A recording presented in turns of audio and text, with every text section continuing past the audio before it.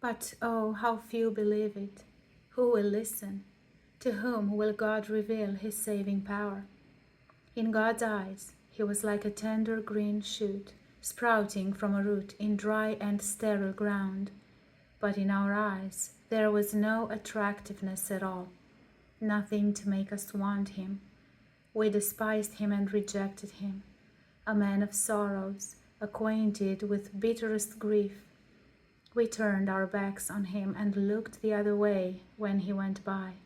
He was despised, and we didn't care. Yet it was our grief he bore, our sorrows that weighed him down, and we thought his troubles were a punishment from God for his own sins. But he was wounded and bruised for our sins. He was chastised that we might have peace. He was lashed, and we were healed. We are the ones who strayed away like sheep, we who left God's paths to follow our own. Yet God laid on him the guilt and sins of every one of us. He was oppressed and he was afflicted, yet he never said a word.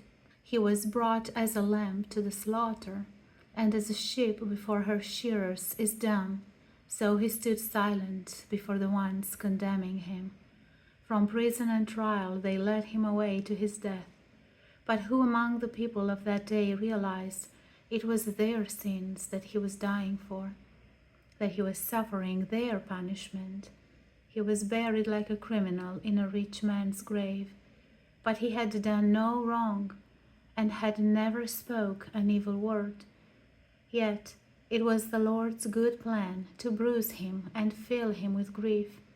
But when his soul had been made an offering for sin, then he shall have a multitude of children, many heirs. He shall live again, and God's program shall prosper in his hands.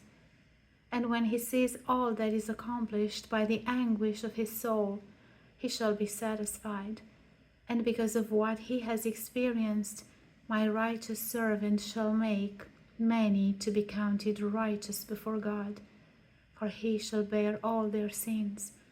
Therefore I will give him the honors of one who is mighty and great, because he has poured out his soul unto death. He was counted as a sinner, and he bore the sins of many, and he pled with God for sinners.